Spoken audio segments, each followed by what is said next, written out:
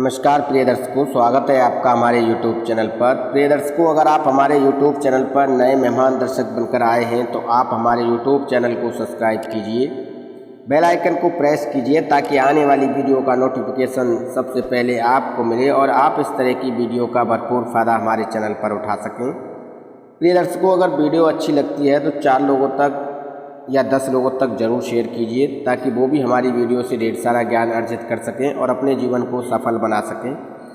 प्रिय दर्शकों, आज हम आपको इस वीडियो में एक बूढ़े गिद्ध की कहानी बताएंगे। एक बूढ़े गिद्ध पंछी की कहानी लेकर आए हैं जो काफ़ी ज्ञानवर्धक कहानी है और आप इस कहानी से काफ़ी अच्छी प्रेरणा लेंगे, ऐसी मैं उम्मीद करता हूँ। प्रिय दर्शकों, कहानी को पूरा सुने ताकि अच्छे तरीके से कहानी समझ में आए। आधा अधूरा ज्ञान काफ़ी खतरनाक होता है और ये काफ़ी खतरनाक साबित होता है। प्रिय दर्शकों, एक जंगल में बरगद का पेड़ था। प्रिय दर्शकों, एक जंगल में बरगद का पेड़ था। उस बरगद के पेड़ पर काफ़ी पंछी रहा करते थे। उन पंछियों के साथ एक बूढ़ा गिद्ध भी रहा करता था। सभी पंछियों का जीवन काफ़ी सुखमयी और आनंदमयी तरीके से व्यतीत हो रहा था। प्रिय दर्शकों, जब सभी पंछियों का जीवन आनंदमयी तरीके से व्यतीत हो रहा था तो जब समय बीतता है तो समय धीरे धीरे बीतने के पश्चात उस जंगल का, उस वन का पानी सूख जाता है और पानी सूखने की वजह से सभी पेड़ पौधे सूख जाते हैं और जिस बरगद के पेड़ पर सभी पंछी बसेरा करते थे उस पेड़ पर भी पत्ते सूख जाते हैं, उसकी डालियाँ सूख जाती हैं। प्रिय दर्शकों, जब वो पेड़ सूख जाता है तो सभी पंछी उस पेड़ को छोड़कर अन्य पेड़ पर अपना बसेरा करने के लिए चले जाते हैं और उस पेड़ पर दीमक लग जाती है। उसकी टहनियाँ और डंडियाँ और डालियाँ जो थीं वो सभी टूटकर धीरे धीरे गिरने लगती हैं। ये दर्शकों, जब अन्य पंछी ये देखते हैं तो अन्य पंछी आपस में एक पंचायत करते हैं और कहते हैं कि हमें उस बूढ़े गिद्ध पंछी को वहाँ से पेड़ से हटा देना चाहिए।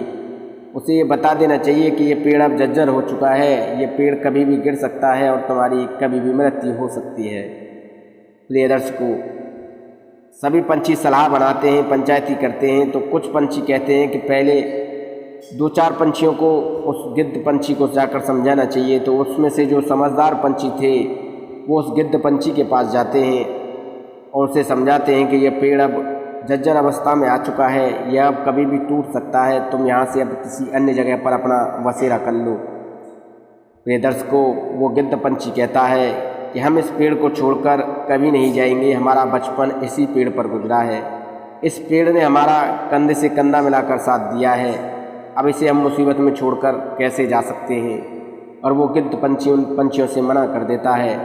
वो पंछी उड़कर वापस चले जाते हैं। अगले दिन फिर सभी पंछी पंचायती करते हैं और कहते हैं कि हम सभी पंछियों को मिलकर उस गिद्ध पंछी को समझाना चाहिए। प्रिय दर्शकों, सभी पंछी उस गिद्ध पंछी के पास जाते हैं और उसे समझाते हैं कि हे गिद्धराज, यह पेड़ अब काफ़ी सूख चुका है और इस बरगद के पेड़ पर अब टहनियाँ भी नहीं रही हैं, पत्ते भी नहीं रहे, इसमें दीमक लग चुकी है और आप इस पेड़ को छोड़कर किसी अन्य जगह पर अपना बसेरा कर लीजिए, अन्यथा कभी भी आपकी मृत्यु हो सकती है, क्योंकि ये पेड़ अब कभी भी गिर सकता है, यह पेड़ अब जर्जर अवस्था में आ चुका है। प्रिय दर्शकों, गिद्ध पंछी फिर से वही जवाब देते हैं कि मैं इस पेड़ को छोड़कर कहीं नहीं जा सकता, मेरी मृत्यु भी इसी पेड़ पर होगी, मेरा जन्म भी इसी पेड़ पर होगा। सभी पंछी उसे काफ़ी समझाते हैं पर वो गिद्ध पंछी किसी भी पंछी की बात सुनने के लिए तैयार नहीं होता है। अंततः वो सभी पंछी हार थक कर वापस लौट आते हैं। अगले दिन वो सभी पंछी फिर से एक पंचायती करते हैं और कहते हैं कि यह गिद्ध पंछी अपनी जिद से परे नहीं है, टहट रहा है और अब हम क्या करें। हमें ऐसा करना चाहिए कि हम भगवान इंद्रदेव के पास चलते हैं, वही इस समस्या का कुछ समाधान निकालेंगे। प्रिय दर्शकों, सभी पंछी उड़कर गिद्ध पंछी की शिकायत लेकर भगवान इंद्रदेव के दरबार में हाजिर होते हैं और कहते हैं कि एक गिद्ध पंछी हैं, बरगद का पेड़ काफ़ी सूख चुका है और वो वहाँ से हटने के लिए तैयार नहीं है। भगवान इंद्रदेव, आप हमें कुछ रास्ता बताएं, हमने उस पेड़ को छोड़ दिया है और पंछी गिद्धराज उस पेड़ से हटने के लिए तैयार नहीं है, वो काफ़ी बुजुर्ग पंछी है। और हमें उनकी काफ़ी चिंता हो रही है, क्योंकि अगर पेड़ टूट गया तो वो कभी भी उस पेड़ के नीचे दबकर उनकी मृत्यु हो सकती है, कोई भी दुर्घटना हो सकती है। आप हमें उस पंछी को वहाँ से हटाने का कोई रास्ता बताइए प्रभु। ऐसा बोल इंद्रदेव से जो है प्रार्थना करते हैं सभी पंछी।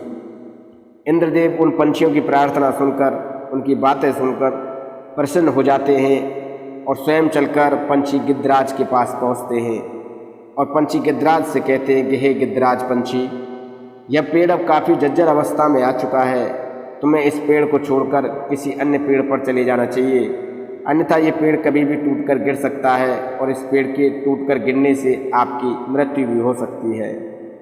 प्रिय दर्शकों, वो गिद्धराज पंछी बड़े ही ब्रह्म और करुणामयी स्वरों में भगवान इंद्रदेव को जवाब देते हैं, कहते हैं कि हे भगवान इंद्रदेव, मेरे माता पिता की मृत्यु हो गई और वो इसी पेड़ पर उनकी मृत्यु हुई थी और वो मुझे इसी पेड़ पर छोड़कर चले गए थे। मेरा बचपन इसी पेड़ पर गुजरा है, मेरी जवानी भी इसी पेड़ पर गुजरी है और मेरा बुढ़ापा भी इसी पेड़ पर ही गुजर रहा है। मैं अब भला इस पेड़ को छोड़कर कैसे जा सकता हूँ, जिस पेड़ ने मेरा कंधे से कंधा मिलाकर साथ दिया है, पूरे जीवन मेरा इसी पेड़ पर गुजरा है, मैं इस पेड़ को भला कैसे छोड़कर जा सकता हूँ। प्रिय दर्शकों, वो गिद्धराज पंछी अपने भक्ति भाव और करुणामयी स्वरों में भगवान इंद्रदेव को जवाब देते हैं और कहते हैं कि मेरा जन्म भी इसी पेड़ पर हुआ था, मेरी मृत्यु भी अब इसी पेड़ पर होगी।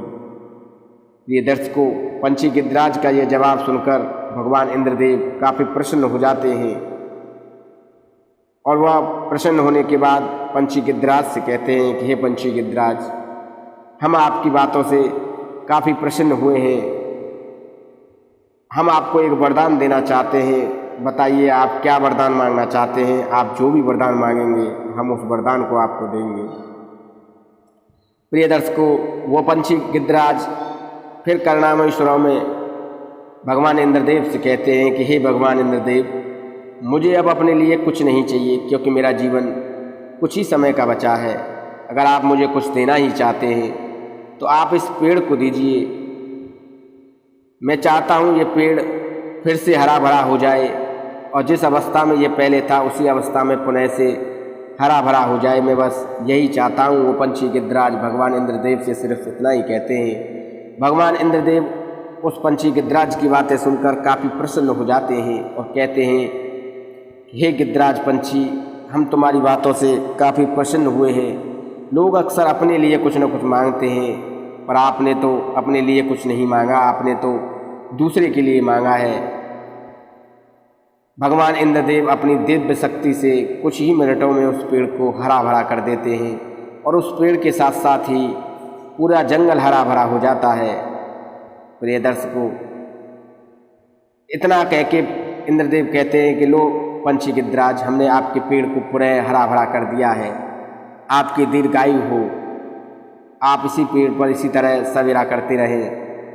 यह इतना कहने के बाद भगवान इंद्रदेव वहाँ से चले जाते हैं और उनके जाने के बाद जो सभी छोटे छोटे पंछी थे, गौरैया, चिड़िया, तोता, मैना, मोर, सभी उस पेड़ पर आ जाते हैं और उसी पेड़ पर अपना बसेरा बना लेते हैं और कहते हैं कि हे पंछी गिद्धराज, आपने भगवान इंद्रदेव को खुश कर दिया और भगवान इंद्रदेव ने खुश होकर इस पेड़ को हरा भरा कर दिया। हम सभी पंछी दोबारा से इस पेड़ पर लौट आए और अब हम आप ही के साथ रहेंगे और इस पेड़ को छोड़कर कहीं नहीं जाएंगे।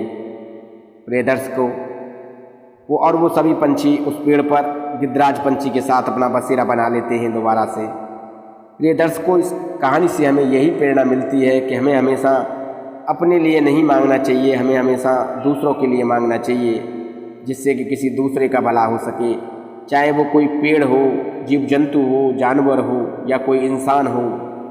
प्रिय दर्शकों, हम उम्मीद करते हैं कि जो जानकारी हमने आपको वीडियो में दी है वो सही है और आप इस जानकारी से ढेरों लाभ उठाएंगे।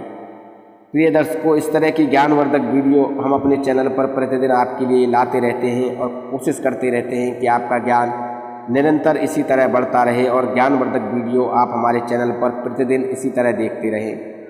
प्रिय दर्शकों, अगर आपको हमारी वीडियो अच्छी लगी है तो 10 लोगों तक ज़रूर शेयर कीजिए। और अगर आप हमारे YouTube चैनल पर नए मेहमान दर्शक बनकर आए हैं तो आप हमारे YouTube चैनल को सब्सक्राइब कीजिए ताकि आने वाली वीडियो का नोटिफिकेशन सबसे पहले आपको मिले और आप इस तरह की वीडियो का भरपूर फ़ायदा हमारे चैनल पर प्रतिदिन उठा सकें। प्रिय दर्शकों, हम आशा करते हैं जो जानकारी हमने दी है वो सही है और आप इस जानकारी से ढेरों लाभ उठाएंगे। धन्यवाद।